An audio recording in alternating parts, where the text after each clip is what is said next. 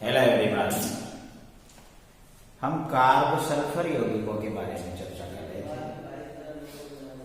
और carb sulphur यौगिकों का नामकरण फिर देखते हैं। कार्ब सल्फर यौगिकों का नामकरण हमने किया था। अब कार्ब सल्फर यौगिकों में सबसे पहले हम थायोल पढ़ेंगे। थायोल एल्कोहलों का सूत्र होता है O सिंगल बॉन्ड H। ये एल्कोहलिक समूह है। तो यदि किसी एल्कोहल में ऑक्सीजन के स्थान पर सल्फर प्रतिस्थापित हो जाए तो इस प्रकार प्राप्ति होगी थायो एल्कोहल यानी कि थायोल कहलाते हैं। इनके नामकरण में पहले सामान्य पद्धति में एल्किल समूह का नाम लिखकर थायो एल्कोहल लिखते हैं, जबकि आईयूपीएसी पद्धति में जनक श्रृंखला का नाम लिखकर थायोल अनुलग्न लगा देते हैं। जैसे CH3SH, तो CH3 मेथिल समूह है और SH थायो एल्कोहल है, तो इसको सामान्य भाषा में मेथिल थायो एल्कोहल भी कहेंगे। और आईयूपीएसी में एक कार्बन की चेन यानी मेथेन और SH का अनुलग्न थायोल यानी मेथेन थायोल भी कहते हैं। थायोल यौगिक मरकरी के साथ क्रिया करके मरकरी लवण बनाने की प्रबल बंधुता प्रदर्शित करते हैं, यानी कि मरकरी के साथ जुड़ने की प्रवृत्ति प्रदर्शित करते हैं, इसीलिए इनको मरकेप्टन भी कहते हैं। तो इसको मेथिल थायो एल्कोहल या मेथेन थायोल या मेथिल मरकेप्टन तीनों में से किसी भी नाम से जाना जा सकता है। मेथिल की जगह यदि एथिल होता है C2H5SH तो इसको हम कहेंगे एथिल थायो एल्कोहल। और आईयूपीएसी पद्धति में दो कार्बन की चेन का नाम एथेन और SH का अनुलग्न थायोल यानी एथेन थायोल। इसी प्रकार से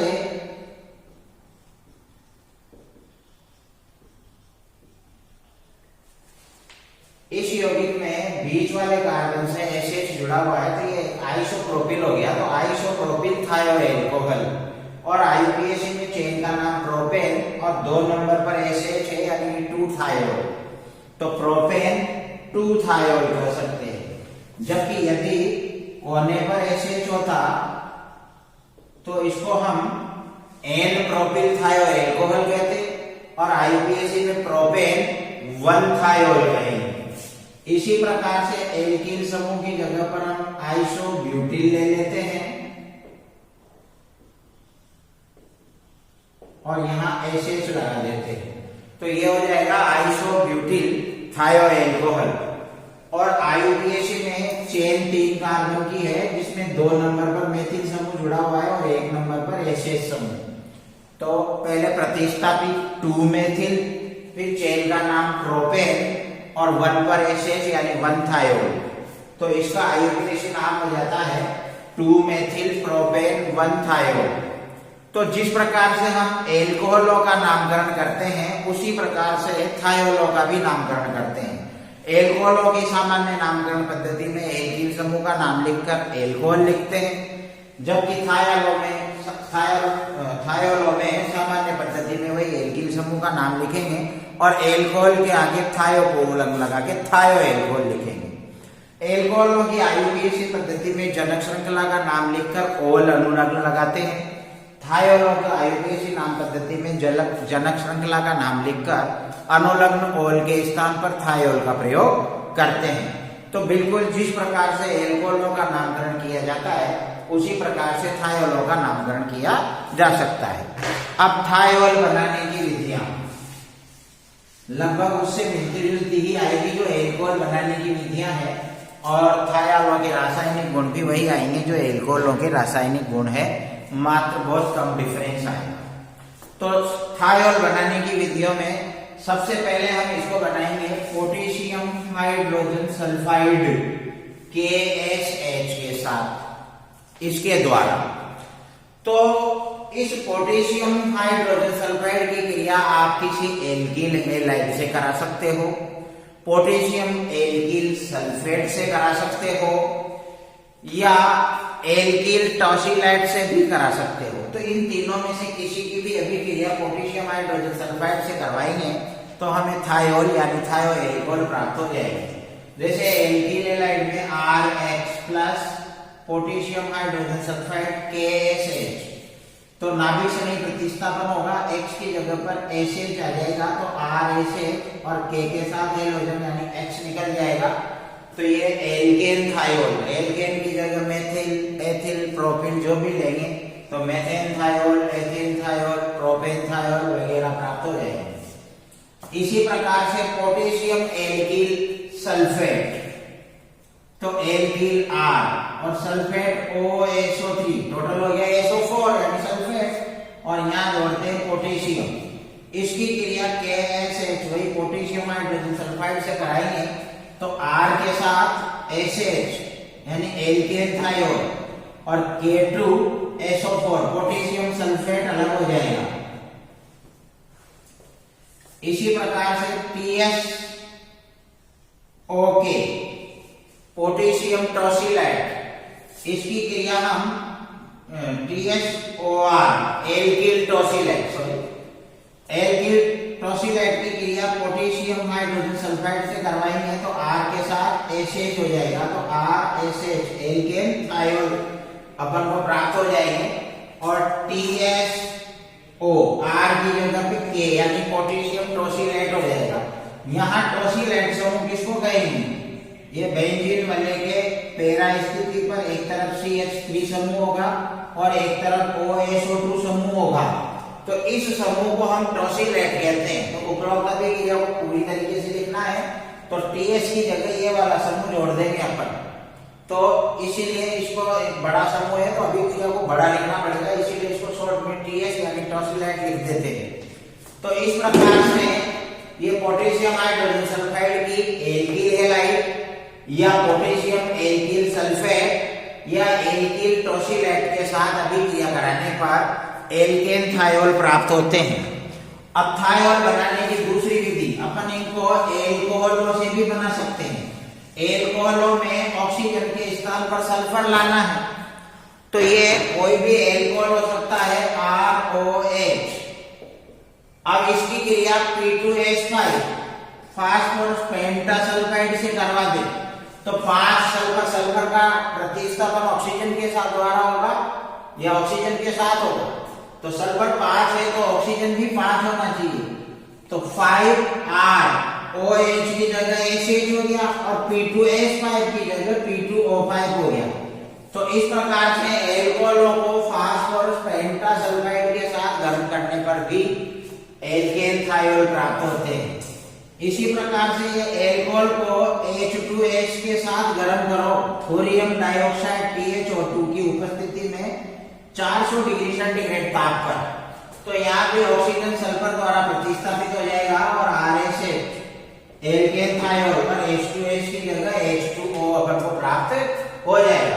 तो इस प्रकार से एल्कोहलों की फास्फोरस पेंटासल्फाइड या हाइड्रोजन सल्फाइड के साथ अभिक्रिया के द्वारा भी एल्केन थायोल बनाए जा सकते हैं। अब इन्हें बनाएंगे हम एल्कीनों से।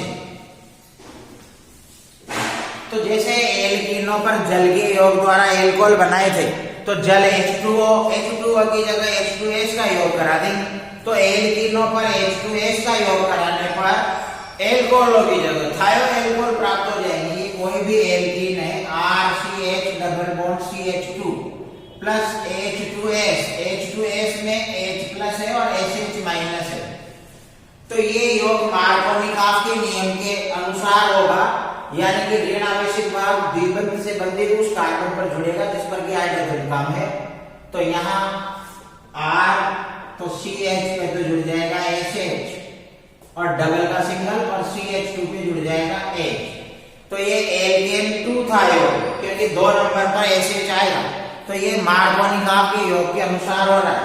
लेकिन इसी अभिक्रिया को जब हम पराबैंगनी प्रकाश की उपस्थिति में करवाते हैं, तो वहां पर मार्कोनिकॉफ नियम के विपरीत योग होगा, क्योंकि पराक्साइड या सूर्य के प्रकाश की उपस्थिति में समान विखंडन होता है, तो जिसके फलस्वरूप मार्कोनिकॉफ के नियम के विपरीत होगा, तो जहां SH माइनस जुड़ा है वहां H जुड़ेगा और जहां H जुड़ा है वहां SH जुड़ जाएगा, तो ऐसी स्थिति में CH पर H यानी CH2 डबल का सिंगल और CH2 पर SH, तो यहाँ कोने पर SH यानी नंबर 1 पर थायोल आ गया। तो ऐसी स्थिति में एल्केन 1 थायोल, तो हम इसके 2 अणु लिखकर इसके भी 2 अणु लिख देते हैं ताकि मिश्रण में दोनों ही प्रकार के उत्पाद प्राप्त होंगे। एल्केन 2 थायोल भी प्राप्त होगा और एल्केन 1 थायोल भी प्राप्त होगा। डायरेक्टली मार्गोनिक आप के अनुसार मुख्य उत्पाद प्राप्त होगा यानी एल्केन 2 थायोल अधिक मात्रा में प्राप्त होगा, जबकि एल्केन 1 थायोल कम मात्रा में प्राप्त होगा। जबकि पराबैंगनी प्रकाश की उपस्थिति में या किसी पराक्साइड उत्प्रेरक की उपस्थिति में मार्गोनिक आप के नियम के विपरीत अभिक्रिया होगी, जिसके कारण मुख्य उत्पाद एल्केन 1 थायोल प्राप्त होगा और अल्प मात्रा में एल्केन 2 थायोल प्राप्त होगा। तो बिल्कुल ये एल्कोहलों के जलयोजन जैसी रिएक्शन है, एल्कीनों का जलयोजन। तो एल्कीनों का जलयोजन जल की जगह H2S योजन हो गया एक प्रकार से। अब अगली विधि अपन लेते हैं ग्रिग्नियर अभिकर्मक से। तो हमें पता है कि जब ग्रिग्नियर अभिकर्मक की ऑक्सीजन के साथ अभिक्रिया करा के प्राप्त हाइड्रोपेरोक्साइड यौगिक का जल अपघटन करवाया था तो एल्कोहल प्राप्त हुए थे। तो यहाँ ऑक्सीजन की जगह अपन को केवल सल्फर लेना है, तो एल्कोहल की जगह था एल्कोहल प्राप्त हो जाएगा। तो ये RMgX कोई भी ग्रिग्नियर अभिकर्मक हो सकता है, इसकी क्रिया सल्फर से करा हुआ, तो ये यौगोत्पाद बनेगा RSMgX। और इस RSMgX का जल अपघटन करा दो यानी कि जल से क्रिया करा दो, तो यहाँ पर MgXOH निकल जाएगा और अपने के पास RSH, तो MgXOH यानी कि एल्केन थायोल प्राप्त हो जाएंगे। इस प्रकार से ग्रिग्नियर अभिकर्मक के सल्फर के साथ अभिक्रिया द्वारा प्राप्त यौगोत्पाद का जल अपघटन कराने पर भी एल्केन थायोल प्राप्त होते हैं। अच्छा, एल्डिहाइडों के अपचयन से प्राथमिक एल्कोहल बने थे, तो एल्डिहाइडों की जगह हम थायोएल्डिहाइड लेंगे। बिल्कुल एल्कोहल बनाने की विधियों की तरह ही थायोल बनाने की विधियां आएंगी, जैसे RCH और एल्डिहाइडों में O होता है, उसकी जगह पर यहाँ पर सल्फर होगा, तो RCHS प्लस ये अपचयन कराते ये ईस्ट की उपस्थिति में जैव रासायनिक अपचयन हो जाएगा, तो CHO जो होता है उसका CH2OH हो जाता है। यहाँ CHS है तो इसका CH2SH हो जाएगा, तो RCH2 और SH यानी एल्केन थायोल प्राप्त हो जाएंगे। तो इस प्रकार से थायोएल्डिहाइडों का ईस्ट की उपस्थिति में जैव रासायनिक अपचयन कराने पर भी थायोएल्कोहल प्राप्त होते हैं। अब इसके अलावा थायोयूरिया से थायोल प्राप्त करने की विधि एक महत्वपूर्ण विधि है। तो देखो ये एल्किल हैलाइड है RH plus H double bond C और NH2 ये होता है थायोयूरिया। यूरिया में ऑक्सीजन होती है, थायोयूरिया में ऑक्सीजन की जगह सल्फर हो जाता है। अब यहाँ X बराबर आप ब्रोमाइड या आयोडाइड का यूज करेंगे, तो R के साथ सल्फर जुड़ेगा RS। अब यहाँ R और X के मध्य बंध टूट रहा है, तो इस बंध का जो इलेक्ट्रॉन युग्म है वो हाइड्रोजन ले गया, जिसके फलस्वरूप कार्बोकेटाइन बना है R+। तो R+ को इलेक्ट्रॉन युग्म प्रदान करना पड़ेगा, जो सल्फर इसको प्रदान कर रहा है, लेकिन सल्फर किधर से खींच लेगा, ये कार्बन और सल्फर के मध्य जो एक पाई बंध है इसको तोड़कर, यानी कि ये डबल का सिंगल हो गया। तो इस पाई बंध के इलेक्ट्रॉन सल्फर ने लिए और एल्किल समूह को ट्रांसफर कर दिया, तो फाइनली इलेक्ट्रॉन कार्बन ने त्यागा है, इसके कार्बन के ऊपर धन आवेश आ गया और यहाँ पर दोनों एमिनो समूह पीछे है इसे, और पीछे चला गया Br-, तो एल्किल आइसोथायो यूरेनियम ब्रोमाइड लवण बन गया। ये अनुनाद के कारण स्टेबिलिटी प्राप्त कर लेगा, तो ये अनुनाद में देखो RSC। अब ये नाइट्रोजन अपना एकाकी इलेक्ट्रॉन युग्म इस कार्बन को प्रदान करेगा, तो यहाँ डबल हो जाएगा, बदले में ये नाइट्रोजन धन आवेशित हो जाएगा और ये एमिनो समूह सुरक्षित रहेगा Br-। फिर दूसरी बार ये नाइट्रोजन अपना एकाकी इलेक्ट्रॉन युग्म कार्बन को देगा, तो इस नाइट्रोजन का एकाकी इलेक्ट्रॉन युग्म वापस इसी के पास आ जाएगा। तो इस प्रकार से ये निम्न 3 अनुनादी संरचनाओं में घूमता रहेगा। इस प्रकार इसको अनुनाद के द्वारा स्टेबिलिटी प्राप्त हो जाती है। तो कुल मिलाकर ये हो गया अपने पास एल्कीन आइसोथायोयूरेनियम लवण। इसकी हम तीनों अनुनादी संरचनाओं का मिलाकर अनुनाद संकर लिख सकते हैं RSC, और ये NH2 और ये NH2। तो कभी तो किसी अनुनादी संरचना में ये वाला बंध डबल हो जाता है और किसी वाली में ये, और जिसके ऊपर प्लस चलेगा और पीछे है Br-। इसका सारी अपघटन कराओ, यानी कि क्षार के साथ क्रिया करा दो NaOH के साथ, तो RS के साथ H क्षार का आ जाएगा, तो RSH। NH2CN अलग हो जाएगा, साइनेनाइड NH2CN, और यहां से Na के साथ Br चला जाएगा और O के साथ H2, तो H2O प्लस NaBr। तो इस प्रकार से पहले एल्किल हैलाइड की आप थायोयूरिया के साथ अभिक्रिया कराओ, जिसके फलस्वरूप एल्किल आइसोथायोयूरेनियम लवण प्राप्त होगा, जो अनुनाद के द्वारा स्टेबिलिटी प्राप्त कर लेता है। इस आइसोथायोयूरेनियम लवण को की क्षार के साथ अभिक्रिया कराने पर एल्केन थायोल प्राप्त होते हैं। अच्छा, डाइसल्फाइड यौगिकों के द्वारा भी हम थायोल प्राप्त कर सकते हैं। तो डाई एल्किल डाइसल्फाइड यौगिकों का Zn+HCl की उपस्थिति में यदि अपचयन करवाया जाए तब भी हमें एल्केन थायोल प्राप्त हो जाते हैं। तो RSSR, तो 2R का मतलब डाई एल्किल और 2S का मतलब डाइसल्फाइड, तो डाई एल्किल डाइसल्फाइड, और इसका अपचयन हो जाएगा Zn+2HCl की उपस्थिति में, नवजात हाइड्रोजन मुक्त होगी, तो RS में एक जुड़ जाएगी, RS में दूसरी जुड़ जाएगी, तो 2RSH, यानी कि एल्केन थायोल के 2 अणु प्राप्त हो जाएंगे। तो इस प्रकार से ये थायो एल्कोहल बनाने की विधियां हो गई, जिसमें हमने पहले पोटेशियम हाइड्रोजन सल्फाइड से बनाया, फिर एल्कोहलों से बनाया, उसके बाद में एल्कीनों से भी बनाया, ग्रीनियर अभिकर्मक से भी बनाया, थायोएल्डिहाइडों से भी बनाया, थायोयूरिया से भी बनाया, और डाइएल्किल डाइसल्फाइडों से भी बनाया। अब हम बात करते हैं थायोएल्कोहलों के भौतिक गुणों की। तो थायोलों का पहला सदस्य मेथेन थायोल। इसके अतिरिक्त अन्य थायोल रंगहीन वाष्पशील द्रव होते हैं। मेथेन थायोल गैसीय अवस्था में पाया जाता है। अच्छा, थायोलों की यानी थायोएल्कोहलों की एक विशिष्ट अरुचिकर गंध होती है जो हमें अच्छी नहीं लगती। क्वथनांकों की बात करेंगे तो थायोएल्कोहलों के क्वथनांक एल्कोहलों के क्वथनांकों की अपेक्षा कम होते हैं, क्योंकि एल्कोहलों में ऑक्सीजन होती है जो अधिक विद्युत ऋणी होती है, इसलिए ऑक्सीजन और हाइड्रोजन के मध्य अंतराण्विक हाइड्रोजन बंधों का निर्माण हो जाता है, और एल्कोहलों के अणु अंतराण्विक हाइड्रोजन बंधों द्वारा संगुणित हो जाते हैं। लेकिन थायोलों में ऑक्सीजन की जगह सल्फर होती है। सल्फर के बड़े आकार और कम विद्युत ऋणता के कारण ये हाइड्रोजन के साथ हाइड्रोजन बंध बना पाने में असमर्थ होती है, इसीलिए थायोलों के अणु हाइड्रोजन बंधों द्वारा संगुणित नहीं हो पाते, अतः इनके अंतराण्विक आकर्षण बल दुर्बल होते हैं, जिन्हें तोड़ने के लिए अपेक्षाकृत कम ऊर्जा की आवश्यकता होती है। इसीलिए थायोएल्कोहलों के क्वथनांक एल्कोहलों की अपेक्षा कम होते हैं। फिर जल में विलेयता की बात करें तो एल्कोहल जल में आसानी से घुल जाते हैं, लेकिन थायोएल्कोहल जल में अल्प विलेय होते हैं। यहाँ भी कारण अंतराण्विक हाइड्रोजन बंध का ही होता है, क्योंकि एल्कोहल के अणु जल के अणुओं के साथ अंतराण्विक हाइड्रोजन बंध बना लेते हैं, इसलिए जल में घुल जाते हैं। लेकिन थायोलों में एस के बड़े आकार और कम विद्युत ऋणता के कारण ये जल के अणुओं के साथ हाइड्रोजन बंध बनाने में असमर्थ है, इसलिए थायोएल्कोहल जल में नहीं घुल पाते। अम्लीय प्रकृति की बात करेंगे तो थायोएल्कोहल एल्कोहलों की अपेक्षा अधिक अम्लीय होते हैं।